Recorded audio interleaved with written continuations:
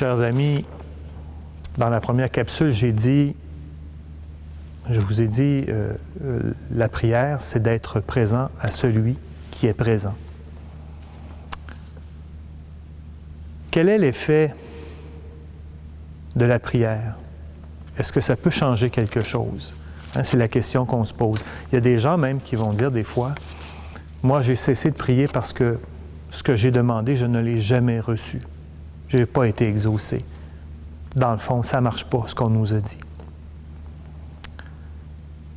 Le Seigneur Jésus nous a appris à prier. Nous avons cette chance d'avoir un enseignement par le Seigneur lui-même sur la prière. Et il répond à cette question.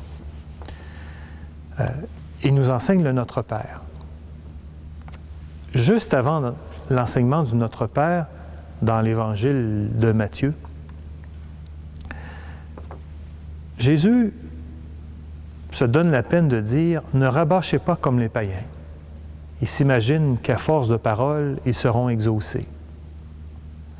Ne les imitez donc pas, car votre Père sait de quoi vous avez besoin avant même que vous l'ayez demandé. On voit, il y a comme une apparence, on dirait qu'il y a quelque chose qui se contredit. D'abord, Jésus nous dit, le Père sait de quoi nous avons besoin. Donc, inutile de rabâcher, rabâcher comme les païens, ça veut dire, je répète des choses, je répète, j'insiste, en espérant que Dieu va changer d'idée.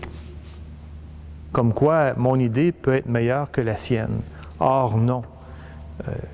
Nous savons que Dieu, son idée est toujours bonne.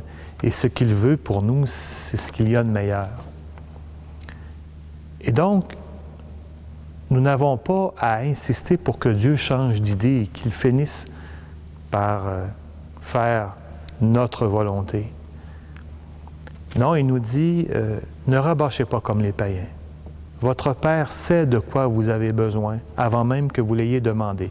Alors, on pourrait se poser la question, mais qu'est-ce que ça donne à ce moment-là de lui demander, puisqu'il le sait, ce dont nous avons besoin? Eh bien, notre Seigneur veut qu'on lui parle. Ce qu'il désire fondamentalement, c'est la relation avec nous. Pourquoi? Parce qu'il est Père. Et parce que nous sommes baptisés, nous sommes ses fils et ses filles, eh bien le Père veut la relation avec ses fils et ses filles. Il veut qu'on lui parle. Il veut qu'on entre en communication avec lui. C'est d'abord ça qu'il désire. Ensuite, qu'est-ce qui peut se passer si nous le prions?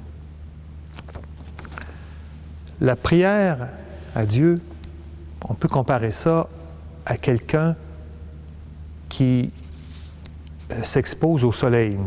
On pourrait prendre cette image-là. Quand je m'expose au soleil, qui change? Moi ou le soleil? Il y a de fortes chances que ce soit moi qui va changer et non pas le soleil. Et c'est la même chose avec la prière.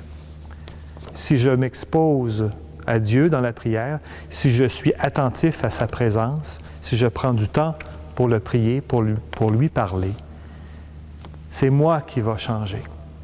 Et c'est pour ça que notre Seigneur Jésus nous invite à le prier, parce qu'il sait que plus nous allons le fréquenter, plus nous risquons de lui ressembler.